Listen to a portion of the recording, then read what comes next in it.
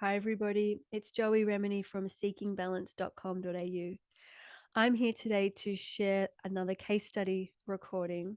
I want to introduce you to Katie from the US. Welcome to the call and thank you for your time today. Thanks, Joey. Happy to be here. Yeah, we're just talking before the call about celebrating this step of being on the other side of beginning the program and really arriving at a place of declaring, I'm ready to share my story. I wouldn't say it's an end point or a final destination, but it's a reclaiming of our life. Katie, briefly, where did you start? If you had any diagnoses you want to share, what were they? Sure. And what did the Rocksteady program mean for your healing process? Sure. The journey for me started September 17th, I think it was 3 years ago now. Mm. Um, I sort of had what might have been a panic attack following my toddler's birthday party. I was really scared of the triple E virus. Mm-hmm. I had a toddler at the time and a baby, Mm. and suddenly the world started to spin, through seeing so many practitioners, the whole journey, every test you can imagine, diagnosed with triple PD and vestibular migraine. Mm. And I feel that I am in recovery and such a good place. And I'm just so happy to be on this call because these calls were Mm. paramount to my own healing journey. So Yeah. I'm happy to share this experience with people. Do you want to speak a little bit about the container of the Rocksteady program? So you enrolled in the full online program and membership with access to the 6 modules, the bonus audios, the pep talks, the the dozens of call replays. I think we have over Mhm. 50 now. I've stopped counting. How did you tiptoe into the program? How did you use it? And obviously, how did your relationship to the program change as you got to know yourself through the program? Yeah, I think the goal of the program is to not have to use it, but want to use it, if that makes sense. Mm-hmm. Mm-hmm. So for me, when I came across the program, again, I visited every specialist you could think of. I did acupuncture and tried to meditate on my own, which was very challenging, as the world was sort of spinning and I was disconnected from it. Yeah. And I think for me, what was so great about the Rock Steady program was that I could do it at my own pace. Yeah. um, you know, there's a lot that you can read and you can go online, but visually I was having difficulty. Mm-hmm. Reading was not something that was appealing to me at the time. Watching videos could happen, sometimes it couldn't. So there were all these options with the program. I could read, I could watch a video, or I could just listen, Mm. um, which was, I think, a great process for me to be able to have any of those options any given day based on how I was feeling. Yeah. And as you were returning back to your body, you mentioned being disconnected, which I Mm, think is where we start. With these symptoms, it's like something's not right. I don't want to feel mhm. this. I don't feel safe. So, really understandably, we leave the body. We dissociate or freeze or distract, deny, push aside until Yeah. we realize that's really not serving us anymore. And we have to journey back in and sort of going, okay, body, how Mhm. can I support you? Can you share a little bit about what tools or how you navigated coming back to the body and potentially any of the ways you dipped in and out of the Rocksteady program, including those moments of, that does not feel right for me right now or today. I'm going to try this instead. And having that toolkit and variety. Do you want to share with the listeners a little bit perhaps about that troubleshooting process and reconnecting Yeah, journey? sure. So I think of all the many symptoms that I had, the worst was the disassociation, especially being the mom of two young girls, Mm, because I remember explaining to one of the doctors, like, my baby is sitting in front of me and I feel no connection to her. And it wasn't postpartum. I mm, loved her. mm, I just couldn't, it was like she was there and there was a lag of time between me and her. mhm, And mhm, I think part of that is the fear that the dizziness caused. So as you know, it's just so many things pile up, and you start paying more attention to yourself than you maybe ever did before, but not in a good way. mm, So you're like, what was that thing? Or am I seeing straight or am I not? And it's just so much hyper awareness, but not even in the moment. mm, So for me, the first thing with Rocksteady was the body scan. So mm, just like being able to, again, I have difficulty quieting my mind. I'm a classic type A personality, constantly going. Mm. And meditation is tough for me, but I found that the body scan was like a meditation, but Mhm. that guided me. So I didn't really have to do the work and I could just be present in my body, like starting with my toes. I remember times with the body scan, like feeling like I was wobbling and then just sitting in it. And I could actually feel myself like fight through the wobble and like steady myself. Mm. And that was for me the first sign of hope. Like, okay, something's happening with my brain. I can't. It's not the easiest thing. I'm not just going to snap my fingers and tomorrow I'm going to be fine. But it Mm. showed me that okay, like I think I can do this. It's going to be a journey, which Mm. was also a lot of your messaging and listening to the calls that you have. Mhm. um, I would go to sleep. I'm the type of person I sleep anyway with like a podcast playing. Sometimes Mhm. it'll take me a month to get through a podcast because I'll listen to 3 minutes and fall asleep, Yeah. continue on. But just even like going to sleep for me was respite from the issues. Mm. But I was scared for the morning. Like, what was tomorrow going to be? Mm. So to go to sleep, I'd have usually the listener calls would be what I'd be listening to. Mhm. And just hearing people saying that they got past this, I think that Mhm. hope is so profound. It's immeasurable because you don't feel like you're going to get past it when you're in it. Oh, yeah. Yeah. I'm curious, there's a word you used, and I understand what you're saying. So when we feel the not quite right sensations or hear them for that matter, part of what we're learning to do with the neuroplasticity process is hold a wider spectrum of feelings. So we could have the not quite right feelings to some degree, but also open up to and expand Hmm. ourselves to feel something else, which is probably going to be more anchoring or more of a desired Hmm. sensation or neutral sensation where we can feel safe. And I Yeah. think what you're saying is always begun to realize I could have both the dizzy, tilting, wobbling sensations, but I could also anchor myself and steady and center myself. The word you used was fight. I'm Hmm. curious now you're on and I think that's often where we start. It's like, "Come Yeah. on, I'm gonna master this. I'm gonna push through. Yeah. I'm gonna be an A plus student." And that's often first time round of the modules, there's a bit of push, which is Yeah. really somewhat unhelpful for our overall long-term journey, but a very welcome energy, Hmm. um, I think, as a learning process. Now that you're on the other side of it, what word would you use to replace fight? Oh, I would say, adapt, right? Mhm, mhm. Yeah, Um, agency.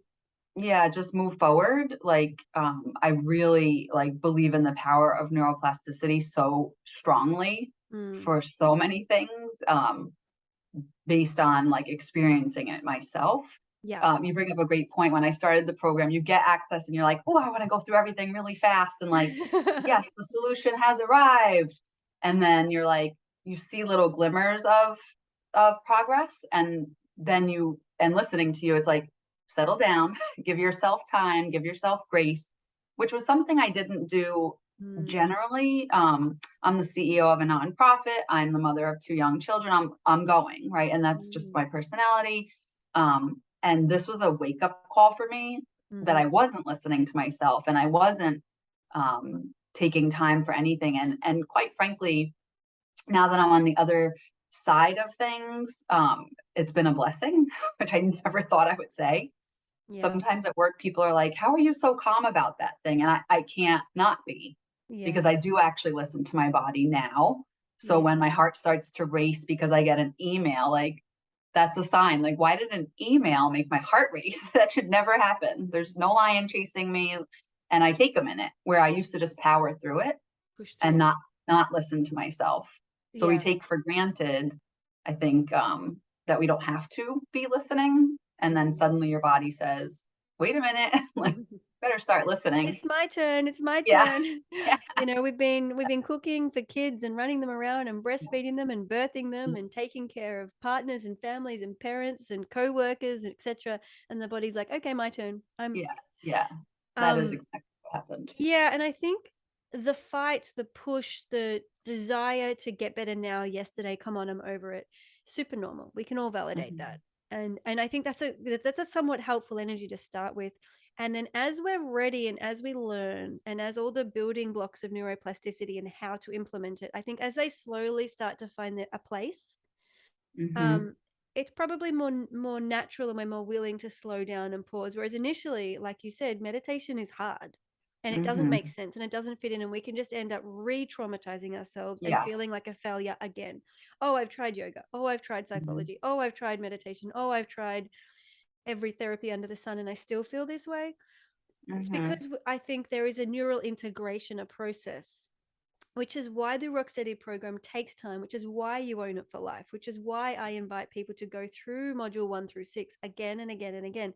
Every time we go through it, we can ask the same question, but arrive at completely different Yeah. insights and a different sensory experience, because we're changing, evolving, and building a new version of ourselves Mhm. as we go through the process. So the Yeah. Katie who did module 1 the first time is going to be very different to the Katie who revisits module 1 a month or 3 later. Yeah. Do you And want to? using it for different things, like Mm, module 1, in the beginning was to get me through this, disconnect and dizziness, and if I use it at this juncture, it might be to get me through just, like, a stressful day, right? yeah. Because it can be the same thing because one can trigger the other. Mm. So again, just centering and reconnecting with myself. And listening to the whispers of the body rather than the screams and the play of Yeah. the body. Because if we get in early and listen to, something's not quite right, Yeah. it can be a almost mild nothing. But Yeah. if we listen to that and sort of plan ahead and carve out time for ourselves or seek the support and nourishment we need, arguably the body doesn't then need to catastrophize it and dramatize it and really scream at us because it's feeling that the needs are being unmet. Mhm. Did I you think have? what was Yes. interesting also, I'm sorry, what was interesting also is I saw so many specialists, Mm. and I think you talk a lot about like, okay, now you've discovered it's not something sinister, like I don't have a brain tumor. So the crazy thing about this thing is that when you don't get the brain tumor diagnosis, it's almost disappointing, Oh yeah, like super because common. you just want an answer. Yeah. Like, I don't want a brain tumor at all, but I wanted an answer. And so with the program, I Yeah. loved that you take everybody through, like, let's check if it's BPPV. Let's check if, like, there are things to test, which your specialist will also do. So it's not discounting that it could be something, physiological, like something physical, Yeah. but it's also exploring those things and then moving on. Like, okay, so you check that. If it's not that, let's go to the next thing. But that doesn't mean there's Mm. no answer for you. It's devastating. It means let's just go to the next step. Well, the mental, emotional, spiritual aspect. So the thoughts we're holding, the emotions that are elicited through our relationship to symptoms. For example, I could hear tinnitus or feel a dizzy sensation and freak out. It elicits fear, anxiety, Mm, depression, isolation, withdrawal. That can have massive impacts on our relationship, on our employment, on our connection to our loved yeah. ones, as you mentioned with your baby. Hmm. And I really feel you there. When we don't feel comfortable and safe in our body and we sort of leave it and we freeze and become immobile or dissociate as a coping mechanism, that's healthy and normal. And I validate Hmm. that because it's common, because it's useful. Yeah. um if we don't have the tools to reconnect in and reprocess that difficulty or that little trauma, then it deeply impacts the rest of our life. And Yeah.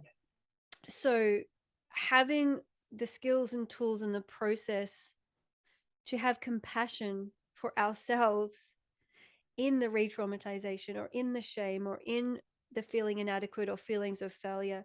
Hmm. um, it's not an overnight fix, but it's that mental, emotional, spiritual, invisible stuff going on where there's thoughts and persistent doubts, big Yeah. difficult feelings, belief systems, which is what I would call the spiritual piece. Am I actually ready to believe and trust in my body, or am I still Hmm. going out into the goose chase and saying, you fix me, buy this, do that? I need all these footholds and crutches because I'm just not willing to go there yet. That's actually perfectly fine. And Yeah. some people will spend 8 years looking for the external, Yeah. temporary support, whether it be medications or devices, until they get to that place of saying, okay, now I'm ready for rock steady. Hmm. Nothing wrong with that. They're temporary supports for a reason, because we need Yeah. them Yeah. sometimes to get. That's a spiritual piece. That's why if we get fixated on the physical diagnostic physiological traumas, like I have a splinter in my toe, let's remove the splinter. When we get stuck on that linear approach, it can mean we're not inviting ourselves to investigate the inner world, the mental landscape, the Yeah. emotional neglect or abandonment that we can then nurture and nourish and hold. And of Yeah. course, that spiritual piece of starting to question, are my beliefs serving me? And am I ready to mature into this new version of myself where I view myself differently and I treat myself differently? Tell us a Yeah. little bit, perhaps, about that mental, emotional, spiritual investigation. And self study is exactly that, Yeah. self study. Um, any little aha moments or pieces you want to share there? Yeah. So, in the beginning I was journaling every yeah, I started to get floaters. Floaters. I went to the, Uh, everything. Like like I looked left and it felt wobbly. I mean, a symptom every single diary. yes, yes. And And then when I footnote there, symptom diaries are not recommended on the Rocksteady yeah, journey. no. And that's where so before and that's what I was gonna say. So then I found the program and it was like, so if you're doing that, you are focused on that. And Yeah. that was like it seems so simple, but it's an aha. Yeah. It's like, yeah, why am I focusing on that instead of I don't have a floater? Or what am I gonna do and plan a vacation like I used to do before all of this hit? Mm, And I think one of, I started the program and I had seen on the Facebook group and different things, people who traveled. And I had this fear, like nothing even had happened to me traveling. But I had started to read the Facebook posts in different groups that was like devastating. I can't fly anymore. And you start to believe that mm, because that's what's happening to other people. And like there, mm, and those group chats, I understand the value in them because you want a community, but turning to Rocksteady, the program doesn't really let you go there, right? So it's like, don't look at that stuff. Like, yeah, it's there. So like, move on. Sounds simple. Like, appreciate it, acknowledge it, it's there. And so what else is new? So I was living in a lot of that at first and then found this and was like, okay, I'm going to look on the other side of things, the anchored side. mm, And I planned a trip with my husband to Bermuda. And in Bermuda, I had no symptoms, right? And it's not like it wasn't the Bermuda Triangle that did it to me. It wasn't something I ate or drank. It was just that I was not focused on my symptoms. mhm, Like I was, I had spiritually having children, they're the loves of my life. They take a lot of energy. Like they need me.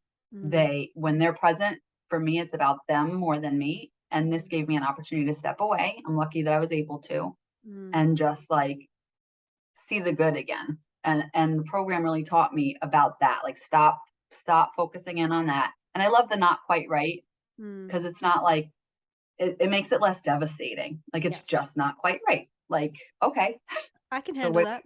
yeah, exactly. Versus like you're disabled, you're gonna go on disability. Which I mean that fear is all there. Yeah. Another interesting thing that happened with me is I didn't drive initially for 2 months. And again, I run a company. And my coworker would like drive me in, and this was pre-pandemic. Mm, And then one day I was like, I have to drive. Like, this is crazy. So I had listened to the Rocksteady and just about the brain. And so I blasted music in the car, like music that I really loved. And it took me away from like worried if I was going to wobble while I was driving, and I was able to drive. So again, it was proof of just like that basic distraction I and wanna I looking wanna towards. I wanna shift it because I think it's more sophisticated than that, Mm, and distraction doesn't make us heal. yeah. So I think what happened was, A, you didn't have to drive, you wanted to drive. The reality Mhm, is you could have got a taxi cab or lift every day of your life for the rest of your life. It yeah. wasn't a necessity. You wanted to drive, so you were Yeah. driven by desire. A. B. Hmm. When you sit in the car and you blast music you love that rises your energy to a place that feels powerful, that's what I'm Hmm. sensing. You put your hands on the wheels and you get a sense of, I can do this. Yeah. And I mean, there could be an element of distraction, but I think it's much more powerful than that. I think it's more, if we think about the seesaw analogy, Mm, rather than symptoms having the volume scale up, you put the yeah. volume up on that feeling of power and capacity. So it was sort of Hmm. drowning out neurologically the symptomatology focus or worry. Yes. And I Yeah. think once we arrive at this place of feeling healed and feeling resourced, and we have the skills and tools to really navigate challenges, this is what it's about. It's about saying, well, what do I want and desire? How can I anchor into that Yeah. pathway of love rather than fear, avoidance of fear? Mhm. So I want this, I Yes. desire this. Then it's like, okay, what skills and tools do I have at my disposal to fire those neurons to get the flow going? And then how can Yeah. I label it? How can I intensify it? How can I help that neural circuitry grow? Mhm. And so you just gave a really actually lovely example of the beginnings of that process. Mhm. And part of that being just sitting in the car going, okay, I'm sensing and feeling this is working. Like that was a bit Yeah. of an experiment, and whew, that I did it. Yeah, exactly. Those little moments are also part of building the new neural pathways. We've got to be Yes. curious, we've got to try. And then as we edge in that direction, I think we have to honor and acknowledge I'm doing it. I'm changing my brain. Mhm. That wasn't Yeah. random. Yeah, exactly. And I think, through the program, the brain is defined, the neural pathways. For me, I'm a visual learner, so like I would even look at just pictures of the brain, or like I Mm, did on Instagram, hashtag neuroplasticity. So you can see like little neurons firing, and then I could like really see yeah. what was going to happen and understand that's not going to happen with a shot or with a pill. Like that's the moments like in the car, Mm, more profound than that. And I love that you're saying it was the desire, because you're correct. I could obviously get an Uber or work from home forever, make changes. I wanted to spin with my kids. Like I wanted to spin in a circle. And mm, I do. I've been on like mm, rides, like spinny rides, at the amusement park mm. since. And it's the same thing. Like I didn't have to. Like my younger brother could go do that. Yeah. I wanted to. And the joy of knowing that even if I got dizzy, like I just wouldn't feel right. And the next day is a new day. And, just not being like devastated Mm. whenever I felt a tiny something that wasn't right. Or avoidant. Because the other thing is if we Hmm. look at some of the module 3 exercises of actively choosing to spin and actively choosing to stimulate some not quite right Yep. sensations, Yep. to build that muscle that, hey, I can be off center and refind center. I can Yep. re-navigate my center. I can steady myself. I can be Hmm. centered on call no matter where I am, anywhere in the world. I could Yeah. be in the middle of an airplane, feel symptomatic, and recenter myself. Having Yes. that kind of almost volume switch at our disposal is empowering. Yeah. But it takes meeting, it's like kind of staring the beast in the eyes. We have to have that courage and readiness and bravery to know, you know what, I can do this gently. I can Yeah. support myself as I do this. And there's always the opt out. If it feels too much in any one moment, I can sort Hmm. of go, not right now. I might Yeah. try this tomorrow or later. So Yeah. that gentle challenging, I think, is an art and a skill. Yes. Yes. I think that, that was the biggest change for me as a person. Like Mm, I kind of said before, like knowing that if I wanted to just have a day that I just like chilled out on the couch, I had every right to. yeah. And it was my body saying like, that's what you're going to do today, and not feel bad about it. Hmm. Um, and that was a big learning thing for me. Yeah, I totally am resonant with that. And I feel like, again, it's bringing in this language and embodied understanding of nurture and nourishment. Hmm. It's not that I'm on the couch because I can't. Actually, I could push through. The truth is, I could Yes. push through. Yeah. I'm on the couch because I want to nourish myself. And this feels like my calling. This feels in alignment with my truth right now. And there's something really beautiful and tender about that. It's really different to those folks of you out there listening to being on the couch and in shame spirals and Yeah. down about ourselves and feeling like a failure, feeling inadequate, Hmm. feeling like, oh, well, I guess I just have to have another day on the couch. Like Yeah. there's an energy of disappointment. Hmm. We're not talking about that. We are Yeah. talking about entering an entirely new realm where different neurochemicals are being released and fired because we are choosing to be Hmm. restorative. We are choosing to Exactly. rejuvenate. We are choosing to replenish. Again, coming back to choice, coming back to clarity, and coming back Hmm. to full ownership over the embodied state. I think before we understand neuroplasticity and the methodology of implementing it, we get all these murky waters of, oh, I'll spend a day on the couch and see what happens. But there's an underlying tone of disappointment and failure. We're not really authentically connected to the embodied neural pathways being fired. We're just going through the motions and doing. Well, why aren't I better Hmm. yet? I just took a day on the couch. Shouldn't I be better? Now tomorrow should be better because I took a Yeah. day on the couch. That's not Yeah. neuroplasticity. That's really just another, I would say that's emotionally riddled with confusion rather than really getting that subtle sense of information that we gather data in a body scan. When we body scan, we're learning to gather Yeah. inner markers and data so we can accurately process what's real and authentic for us. And then we can have a really effective choice of what we do about it and how we Mhm. nourish, nurture, and support it. I think it's in these subtle processes that take time to kind of decode, demystify the body, Yeah. and shift away from that immediate gratification and linear approach. Well, I rest so I should feel better, right? Not Yeah. necessarily.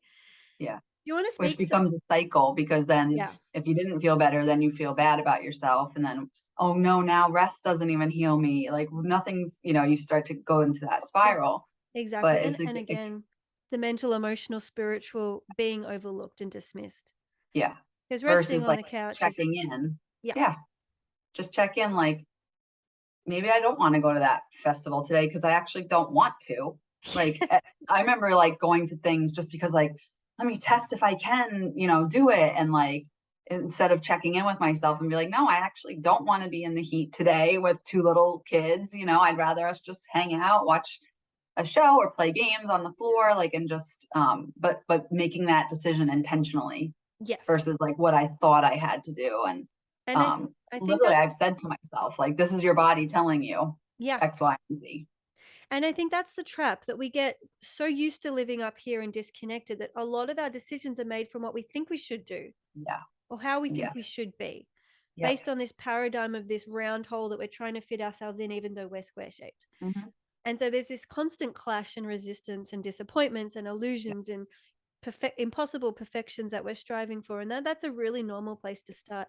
And I think rocksteady slows us down, allows us to learn to reconnect safely to the body, befriend ourselves, and use the internal markers, sensations, you could call them mhm, symptoms, but I invite my audience, my community, to really call them sensations mhm, and view them for what they are, which is the body's language. And the body is talking to me. What is the body saying? Once we get better yeah, at collecting the data, at decoding the mystery, and listening to our truth and authenticity as it is in the body, in reality, then of course we just have so much more information to use to make better choices as mhm, we move forwards and cultivate that next moment. So we influence our future by being present. The choices we yeah, make in the present influence the next moment, and the next string of moments becomes our future. So we yeah, take back so much more control over our life and over our inner world. yes. Um, you've shared really beautifully. I'm curious to know, are there any little specific moments where you may have felt a bit lost or confused or down and you logged into the program and sort of found something and had that relief wash over you, or that community belonging? Or do you have any memories of that over the years? Um, I love the fact that a lot of it is, a distant memory to me. Like, when I was in it, I didn't ever think I'd say that. I thought I could have told you exactly what I did every day because I was so in it. And then, like, I sort of started by saying, like, I don't need the program like I felt like I did in the beginning. I can use it when I need it. Mm, I think really listening to some of the stories. What mm, else I think is very interesting about the program is you don't give a timeline. So it's not like, okay, start the program and in 3 weeks you'll feel this, and in 4 weeks you'll feel that. And I think that's really important yeah. because you do want to compare and you want a timeline, and the medical community often will give you timelines. Mm, And so I think just hearing other people, particularly mothers that you've had on the program, like just hearing them be happy, mm, gave me that sense of like that's gonna be me also. Like I mm, gained confidence, mhm, that this wasn't like it wasn't gonna always be as it was. Like this was my current situation, mm, um, but there was just something beyond it. Like I became extremely convinced of that, mm, which I think was huge for me because I'd say before I found Rocksteady, I wasn't convinced. mm, I was convinced that I was gonna never be myself again, which I'm not the same person like at all because mm, I've grown. I have my kids now. I have a kindergartner, and a 3-year-old. Um, I've grown in that I can connect with myself differently mm, than I have.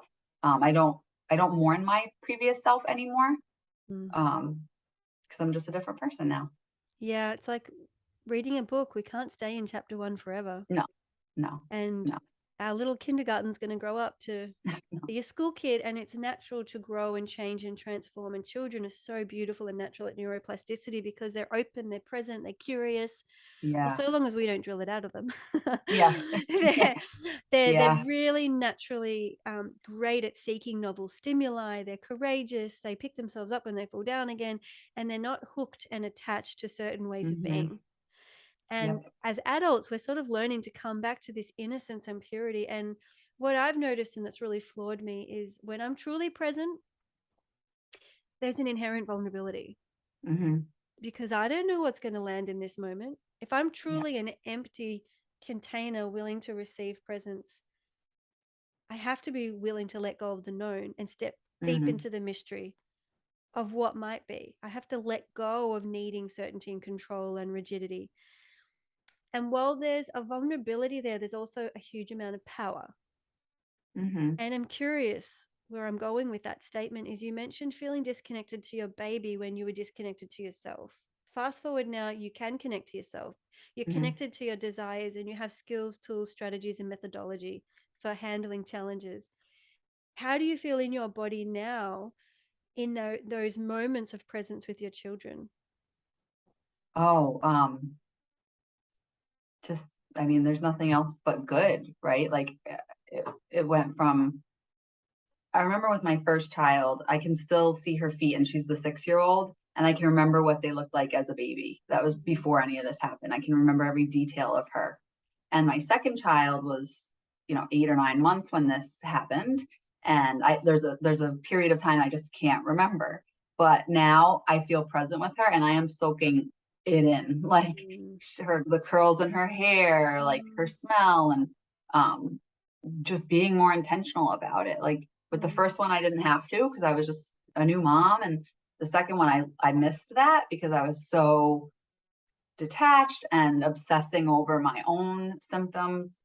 You mentioned children. I remember thinking, mm, like, if my children had a not quite right symptom, they wouldn't know because they're kids. They just don't know any better. So they'd feel fine. If they had the exact same things happening that were happening to me, they'd actually be fine because they mm, don't know any better. So thinking of that, like watching them and being, not knocking away their hopes and all the curious things that they do. Like just the other day, my 3-year-old was putting on a sock, and I just sat and if you have young kids, sometimes like put on that sock, we gotta go. But I just sat and like thought it was so cool that like that is so interesting to her. Like mm, putting on a sock, she feels like a big girl. It's a new experience, and trying to like live that through them and for mhm. myself as I experience things. And And also, that's no, where the blessing lies. Like, I yes. might have taken these years for granted if that hadn't happened. And what I'm hearing from you, and I'm interested in how this lands for you, is, and I relate to it actually, because my second child cracked me open as well. Mhm, And so there's a bit of a blur, but it was tender and it was transformative. And here I am relishing every moment. mhm, Um, it feels like you went through an apprenticeship of deeply meeting fear with that second baby. mhm, And it's overwhelming, it's dark, it's all encompassing, and there's the whole disconnection and push and pull and reconnection and where am I today, and we're having to deeply go through the apprenticeship of embodying fear in order to meet our mhm, power and become present. And mhm, so here you are on the other side of that. And I think if I was the old Joey who had a lot more agendas, a lot more anxiety, a mhm. lot more trauma, a lot more unprocessed fear that I wasn't aware of, doing my best, Yeah. watching some of the things my children do from that place, I would have intervened. I could have been a more Mhm. intrusive parent. I could have been on top of them. I could have been Yeah. commentating or, possibly criticizing or taking over or just simply avoiding situations where I felt anxious because I couldn't handle it, Mhm. which Yeah. limits their play, limits their exploration, limits potentially their relationship to the world Yeah. because I'm moderating their relationship to the world. So having this sense of presence and patience and capacity to sit with discomfort. You know, my Mhm. my 2-year-old just jumped on a ladder and climbed up to the roof of the house. Yeah. And rather than diving in, I just sat there watching really calmly and said, "Keep concentrating." Yeah. And sure enough, straight up and down, it was no drama, and I didn't need to make a drama out of it. Yeah. So it really um, Hmm. it's this growth. We Yeah. arrive at becoming a new person. We build a new person. Well, I think also, anxiety has been part of my makeup. I had a traumatic experience. My sister passed away when I was 12. She was 16. Mm, So that largely shaped, my mm, desire to control everything around me. There's addiction in my family. mm, And, I thought if I was in control, everything would be fine and bad things wouldn't happen. And that even went into motherhood. I'm sure I had some postpartum anxiety with the first child that went undiagnosed because I just pictured every possible catastrophe, yeah. which probably led me to where I was, Yeah. fearing the triple E virus so much that it gave me my first ever panic attack, which created the dizzy. But with the second child, well, first of all, second kids just throw you, right? Like Yeah. it's like, oh, who are you? The first is so like here's the rules and I'm going to follow them. And the second one's like, yeah, you want to show me some rules and I'll show you what I'll do with them. But I think like I didn't want to, I didn't want my anxiety to live in them, Mm, and you cannot want that. You can become a mother and say, I'm not going to be anxious near my child. And then you have a child and you're mm, like, oh my Lord, what is this world? Like, how do I protect this being? mm, And you naturally, that anxiety will go on them. And that happens sometimes with the first. And the second you learn, like they're not going to fall off the roof, or, if they do, like maybe they're going to sprain ankle, right? But we're trying to protect them ultimately from death, right? That's like the mother's yeah. goal. And you realize that it's not lurking everywhere. But the difference with the program and with getting dizzy was I learned that like my actual energy, Yes. regardless of my intention, my energy will affect them, whether I want it to or not. I could have the best intentions ever. Mm, And so being present, um, with this first one, I didn't teach her when she would be overwhelmed to breathe. I got this. I went through this program. I learned breaths, and my little one will breathe. And mm. my oldest will actually, if she's having like a moment, I'll say, take a breath. And she'll go, you didn't teach me when I was younger. She's only 6, right? Because I'll say, oh, Stella, you're lucky I taught you this when you were 2. So the 2-year-old, it's like part of her now, Yeah. like learning our bodies. How does your body feel? I would not have been doing that Mm, um, before this program. I would have just like had good intentions and, tried my best. But mm, now I can see how physically they could get affected. yeah. And it's just making um, me help them like connect to their bodies, which is such a gift for young kids. Such a gift. And if we want to geek out a little bit, this is co-regulation. So we have Yeah. Yes. Yeah. mirror neurons. Yeah. It's innate and natural. And if you just even think about it being in a room full of people, the person with the stronger emotional energy, everybody will bounce off. And that could be Yes. a very charismatic energy, or it could be an angry energy, it could be hostile. And so Yeah. the energy we hold as mother deeply impacts our children because they are regulating off us. They can't regulate their own nervous system yet. So if we're Yeah. calm, secure, steady, if we can handle it, if we've got a sense of clarity, they will bounce off that. Hmm. If we are anxious and hiding it and pretending, they feel it. If Yeah. we are anxious and Yeah. attuned to that and soothing our anxiety and walking ourselves through that process, they won't pick up the anxiety because we're actually in attunement with our anxiety. And because we're in Yeah. alignment, they'll just pleasantly wait for us to sort it out. So Yes. it's really interesting. If we're in attunement with ourselves, the children follow suit. Hmm. Um, and I have had a lot of fun exploring this with my kids. Yeah. It I almost think feels what like a I whole new think what's book. so yeah, you should. I think what's so interesting about that, if I were listening to this 3 years ago, I might start to think like, okay, I need to not show my anxiety in front of my child. But with the program, that's not what it's saying. It's saying that it's okay to say, mommy doesn't feel quite right today. Yeah. Mama's gonna let's just sit on the floor and read a book, or like, and for them to like see that you're not fighting through, like, you don't have to fight through pain. If you feel pain, feel the pain. Like, we're gonna sit together, you Yeah. feel hurt, like, okay, now let's acknowledge it, let's feel it, and let's like see how we can move forward. And so if people are sitting there on the couch feeling nauseous, just Mm, hoping and praying for the next thing, it's really like I would recommend to start the program and don't put a timeline. Do not put a timeline on yourself. Give yourself a lot of grace and recognize that, like, I recognize that my children have much better coping mechanisms than I ever did just by watching me not always be perfect. Yeah. You know, "Mommy, my hair wasn't always done," like, "But you got to school, you know, you ate, we laughed," you know? Yeah. And that's fine. And they're Yeah. the happiest, healthiest little kids. Well, So, I mean, if we bring it back to symptomatology and learning and the not quite rightness, in those moments when symptoms are up, and we can meet them honestly, authentically, support them, use our skills and tools to bring back ourselves back into center. You can think about that as a repair moment. It's like I've mhm, gone off and then I've come back in. Those are exactly. the moments of the most powerful neuroplasticity. That's how we're changing the brain. Without those Mhm. moments of being off, there's no learning. Same with Yeah, children. It's like if I'm snipey with my 2-year-old, or I do a quick like, "No!" yeah. I sort of am, as best I can, I sort of go, "Hey, I'm sorry about that. How does that feel for you?" Mhm, There's repair. mhm, You know, mhm. it's not like I ignore it or pretend it didn't happen or wash over it. It's like, actually, no, I shrieked at you. Yeah, Um, yeah. that that doesn't sit well with me. How are you feeling? Another one is with my kids when they say like, "I want this. Can I have this? I need this."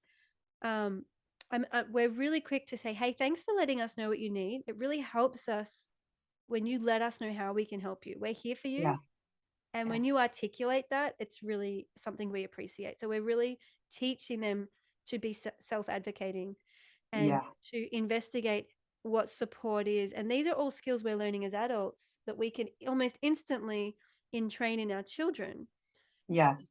which is kind of It's kind of like you exciting.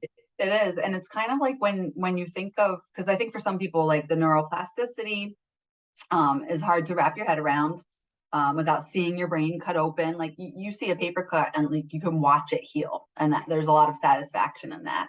Yeah. You can't see your brain, but if you look at a child, like, who have the most plastic of the brains, right? Mm, You're shaping everything they do, but that is you also. You're just older. So you've already built all of these pathways that are deeply ingrained, but it mm, doesn't mean that they can't change. mm, So it's really, it's your inner child, right? Like, it's mm. talking to your inner self and training Mm, that, retraining yourself, just yeah. like you were a kid, and treating yourself with the same grace you would a young person. Yeah, with dignity and respect and kindness, and Yeah. really building that muscle of speaking to ourselves in real time with Yes. that same sense of grace. Yes. So just so for those of you listening who might be new to our community, there are plenty of live call replays of Rocksteady members showing up and actually meeting challenges and difficulties and discomforts in real time. And there are replays of how they may go in and speak to their inner child and how they may cultivate this process. So there's a lot of learning Mhm. tools and examples. You don't have to do this alone. Yes, it's possible. And I think my biggest aha moment since birthing my second baby. So I built Rocksteady in 2016 and I had my second baby end of 2021. And something that's sort of come to me is like, wow, I really built the Rocksteady program to help people feel friends with their body and to help them feel at peace with intermittent and random symptoms. I wanted them to have a resilience and a toolkit to be okay with it. I had Yeah. no idea people's lives would change this much. Mhm. It has changed my life Mhm. through pregnancy, through birthing, through mothering. It's Rocksteady has been such an anchor for me through all the challenges Yeah. and boundaries and choice making. And then in meeting my community members and hearing them say, "Hey, it's helped my arthritis. Oh, hey, it's helped my marriage." Mhm. It's amazing. Like this Yeah. is so much more than symptoms. Yeah. However, that's often what brings us together as a community. So if you're listening to this and you're feeling inspired or hopeful or lost or confused, visit my website, seekingbalance.com.au, and you can start there. It's a wonderful, welcoming community. And I really would love to see more people out there with chronic, elusive, invasive, invisible symptoms. I want to see them finding these answers and using Mhm. neuroplasticity. It's available. And there's a voice in my head going, why aren't more professionals talking about this? And I think the No. answer to that question is, largely speaking, the mainstream doesn't understand neuroplasticity because they're stuck in the books and they're learning protocols that are external. This work happens inside. And Mhm. realistically, it's probably not until someone actually has to heal something in themselves that they would even get an insight into what the heck it is. Yeah. So the learning happens in here as opposed to really in a book. And my Yeah. intention with the program is that it really nurtures that inner investigation for as long as Yeah. it takes. I remember learning with all of the physicians that I saw that their sole job is to tell me what it's not. It's not cancer, it's not a tumor, it's not this, it's not like to basically like cross off the possible diagnoses and then potentially medicate what they do find. Yeah. And this is just so beyond that. It's Mm. just, again, it's not a paper cut. You can get a brain scan and it would probably show you something, but it's literally going within to your own brain, your own body, and take it baby steps, just baby steps. Yeah. How does it feel now? We're going to end the call and I want to just check in. How does it feel to say I changed my brain?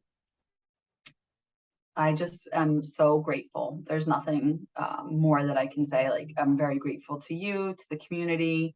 Finding you was pivotal. And I just really hope that this gives some people like that little glimpse into, you know, the day that they're going to fly on an airplane and spin around with their kids and do everything they think they can't do. And also hopefully wake up in the morning and feel a sense of peace, Just, yeah, you just know, like, not oh, waking oh, up, not yeah, waking up with dread anymore, you know.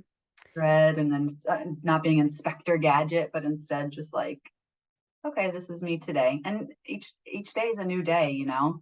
Mm. It's nothing, none of it's guaranteed. Um, you can dig and dig and dig and look for symptoms or sensations as much as you want, or you can be like, okay, that's what that is, and here's what we're gonna do about it. Yeah. So I feel Support. very, very lucky. Yeah. Well, congratulations and well done for staying the Yeah, course. thank you. And you look really vibrant and well. And it's just such a pleasure to connect with you today. Thank you. Thank you. It's a bye for now. And again, visit seekingbalance.com.au to learn more about our Rocksteady community and to become a part of it.